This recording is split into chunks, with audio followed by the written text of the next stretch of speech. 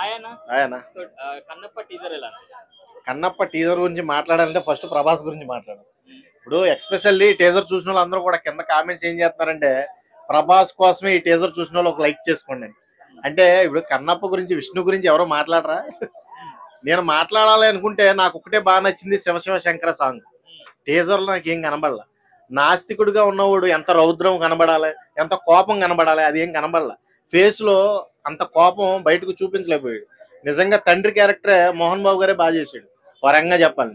శరత్ కుమార్ గా చాలా సీరియస్ గా కనబడ్డాడు. అలాగే మోహన్ లాల్ కూడా మంచి యుద్ధ వీరుల్లా కనబడ్డాడు.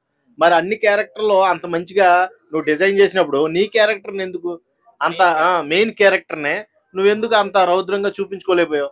అదొక మిస్టేక్, బ్లెండర్ మిస్టేక్. ఇంకోటి ఏంటంటే అక్కడ కాజల్ అగర్వాల్, నెక్స్ట్ అక్షయ్ కుమార్ గారు. అక్షయ్ కుమార్ నేను కింద పేరు చదివేదాకా అక్షయ్ కుమార్ అనుకోలే. అది విచిత్రం, అలా డిజైన్ చేశారు. నాకు అది ఎంత కామెడీగా అనిపించింది అంటే కింద టైటిల్ పేరు సబ్ టైటిల్ చదివిన తర్వాత నాకు అర్థమైంది, ఓహో అక్షయ్ కుమార్ అవుతున్నావు అని. అంత ఏ టెక్నాలజీని వాడడం ఎందుకు అనిపించింది నాకైతే. ఇది ఆర్టిఫిషియల్ ఇంటెలిజెన్స్ ని బాగా ఉపయోగించుకున్నారు. నాకైతే ఆ సెటప్ అంతా చూస్తే కృష్ణకాంత్ బ్యాక్ సైడ్ తీసారేమో షూట్ అనిపించింది. నిజంగా అలా అనిపించింది. సెటప్ లో క్లియర్ కనబడుతుంది బ్రో. 50 కోట్లు పెట్టి హనుమాన్ సినిమాని గ్రాఫిక్ చేశారు. ఎవడైనా సరే గ్రాఫిక్ ఎంత పేరు పెట్టమని, హనుమాన్ బొమ్మ నుంచి చివరి అరికాలు వరకు కూడా ఎవరు కూడా గ్రాఫిక్ అనేదే మైండ్ లో రాదు. అంత రియాలిటీగా గ్రాఫిక్ చేసిన వాళ్ళని మంచి టెక్నీషియన్స్ పెట్టుకోవాలి. ఇప్పుడు అసలు ఎంత మంచి అవుట్పుట్ ఇచ్చాడు. 50 కోట్లలోనే 500 కోట్లు కలెక్ట్ చేసింది. మరి నువ్వు 500 కోట్లు పెట్టినప్పుడు టీజర్ లోనే దొరికేస్తే ఎలాగా నీ మిస్టేక్స్? సినిమా మొత్తం ఇంకా ఎన్ని మిస్టేక్స్ నెతుకుతారు? అర్థమైందా? ఎక్స్పెషల్లీ టీజర్ నుంచి కన్నప్ప సినిమా గురించి పక్కన పెడితే ప్రభాస్ గారు, మోహన్ లాల్ గారి గురించి, శరత్ కుమారు, కాజల్ గురించి, అక్షయ్ కుమారు, మోహన్ బాబు గురించి, అంటే హీరో పాత్ర ఏం లేదు ఇక్కడ. మొత్తం తండ్రి పాత్ర కూడా బాగా న్యాయం చేశాడు. తండ్రి కూడా శివభక్తులు ఎక్కడో చోట ఉంటారో మనల్ని సంరక్షిస్తూ ఉంటారని ఒక డైలాగ్ చెప్పి, ఆయన పాత్ర బాగున్నంత అంత తీవి నీలో ఎందుకు కనబడలేదో నాకు ఇప్పుడు అర్థం కాల. మోహన్ బాబు గారి మెయిన్ రోల్ అయినా బాగుండన్న ఫీలింగ్ వచ్చింది టీజర్ చూసిన తర్వాత. తండ్రికి మెయిన్ రోల్ ఇస్తే బాగుండు, ఇతనే ఏదన్నా సైడ్ రోల్ చేస్తే బాగుండు అన్న ఫీలింగ్ అయితే క్రియేట్ అయింది. ఏదేమైనప్పటికీ మన రుద్ర అలా ఒక్కసారి కనబడి వెళ్ళాడు, హాయ్ నేనున్నాను ఈ సినిమాలో అని. చాలా ఎక్స్పెక్టేషన్స్ అయితే పెరిగినాయి. ఖచ్చితంగా ప్రభాస్ ఫ్యాన్స్ అందరూ కూడా హ్యాపీగా ఫీల్ అవ్వాలి ఈ విషయంలో. రుద్ర ఒక సన్యాసిని, ఒక నాస్తికుడిని మార్చే విధానం ఒకటే మనకు దీంట్లో కనబడుతుంది టీజర్లో లైట్ గా. నీకు ఒక డైలాగ్ కూడా నాకు బాగా అనిపించింది ఏంటంటే, ఒక్కొక్కరిని కాదు 1,00,000 మంది వచ్చినా చూసుకుంటా అన్న డైలాగు నాకు మగధీరాలో రామ్ చరణ్ చెప్పిన డైలాగ్ కాపీ కొట్టేశారనిపించింది. ఒక్కొక్కడిని కాదు షేర్ ఖాన్ 100 మందిని అన్నట్టు. ఏంటది రొటీన్ డైలాగ్ లాగా లేవయి. అది రుద్ర ఖచ్చితంగా రుద్ర అంటే శివుడు మరో అవుతారు అని నేను అనుకుంటున్నా. ఐ ఎక్స్పెక్టెడ్ అదే ఉండొచ్చు కూడా, ఎందుకంటే శివుడికి చాలా అవతారాలు ఉన్నాయి కాబట్టి రుద్రాలో ఒక అవతారం అది ప్రభాస్ రూపంలో వచ్చి ఈ నాస్తికుడిని మార్చి శివభక్తుడిని చేసి ఈ శివుడికి అంకితం చేసి వెళ్తాడు అనే క్యారెక్టర్ అయితే. నంది ఏమైనప్పటికీ నాకు తెలుసు రుద్రానే. నాకు లీక్ అయిన క్యారెక్టర్ అయితే రుద్ర.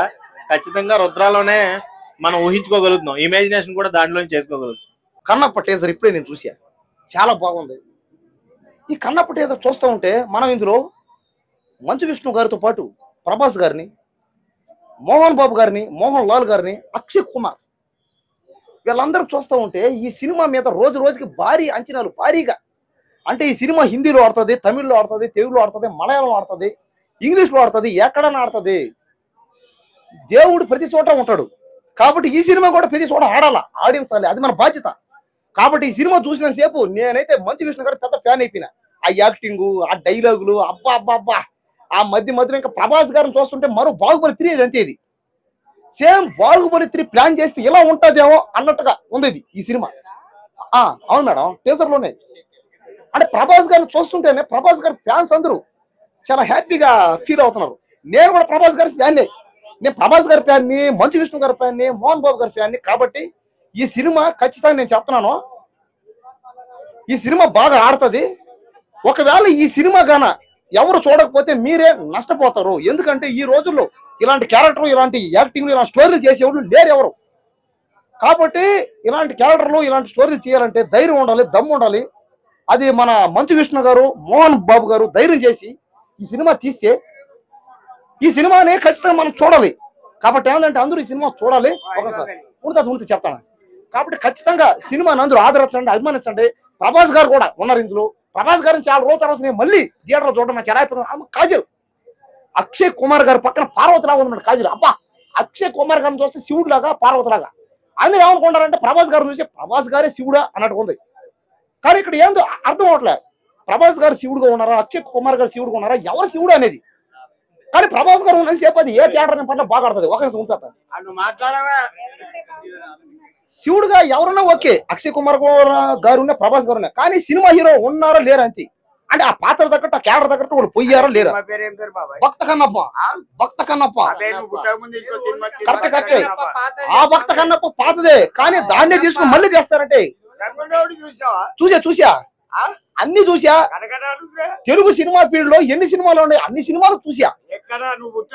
పుట్టపైన చూస్తే ఏముంది, టీవీలో ఉన్నాయి. అబ్బో, ఈ రోజుల్లో ప్రతి ఒక్కరి చేతులు ఫోన్లు ఉన్నాయి, టీవీలు ఉన్నాయి, నెట్ లో ఉన్నాయి, వైఫైలు ఉన్నాయి, అన్ని ఉన్నాయి. చూడండి అందరూ, మీకే అర్థం అవుతాయి. ఈ సినిమా, ఈ భక్త కన్నప్ప సినిమా 10,000 కోట్లు కానీ కొట్టకపోతే ఇప్పుడే చెప్తున్నా 10,000 కోట్లు కొడుతుంది అంతే. ఆడిస్తాం, అభిమానిస్తాం, ఆదరిస్తాం. కాబట్టి దయచేసి అందరూ సినిమా చూడండి. అందులో ముగ్గురు ఉన్నారు, మోహన్ బాబు, ప్రభాస్, తర్వాత మోహన్ బాబు కొడుకు విష్ణు. పిక్చర్ బాగుంటుందండి. ఎవరు ఎంతసేపు యాక్టింగ్ చేసినా ఆ పిక్చర్ 100 days నడుస్తుంది. ప్రభాస్కు చిన్న పాత్ర ఇచ్చిందట అందులో, కానీ కంపల్సరీ సక్సెస్ అవుతుంది. కుర్చీ జీవిస్తాడు, వాళ్ళు సక్సెస్ కావాలా. కుర్చీ తాత ఒక ముస్లిం జీవన వట్టిగా పోదు. బాయ్, ఉంటా బాబాయ్. హాయ్, కన్నప్ప టీజర్ ఎలా అనిపించింది?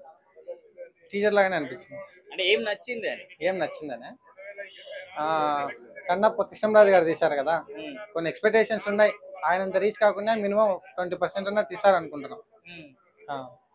అందులో ప్రభాస్ గారిని పెట్టినారు కదా, ప్రభాస్ గారి క్యారెక్టర్ ఉంది కదా, బాగుంటుంది అనుకుంటున్నాం. బాగుంటదని అనుకుంటున్నాం. మూవీకి వెళ్తారా అసలు జనాలు? ప్రభాస్ ఉన్నాడు కదా, వెళ్తారు, మినిమం వెళ్తారు. నేను వెళ్తా కాబట్టి ప్రభాస్ ఉన్నాడని చెప్తున్నా. అంటే ఓన్లీ ప్రభాస్ గారి గురించి చూడాలి, ఇంకా వేరే యాక్టర్స్ గురించి మంచు విష్ణు చూస్తావా? ఆయన దేశంలోనే, ప్రపంచంలోనే 100 మంది హీరోలు ఉంటే వాళ్ళలో ఆయన కూడా అంట. ఆయన చూస్తావా? ప్రపంచంలో 100 మంది ఉన్నారంట, 100 మందిలో ఆయన కూడా అంట. వాళ్ళ ఆయన మహానటుడు అంట, వాళ్ళని చూస్తావా? చూడలేవు కదా. ఓవరాల్ గా మీకు నచ్చిందా టీజర్? ఓవరాల్ గా నచ్చలే, ప్రభాస్ ఉన్నాడు కాబట్టి నచ్చింది.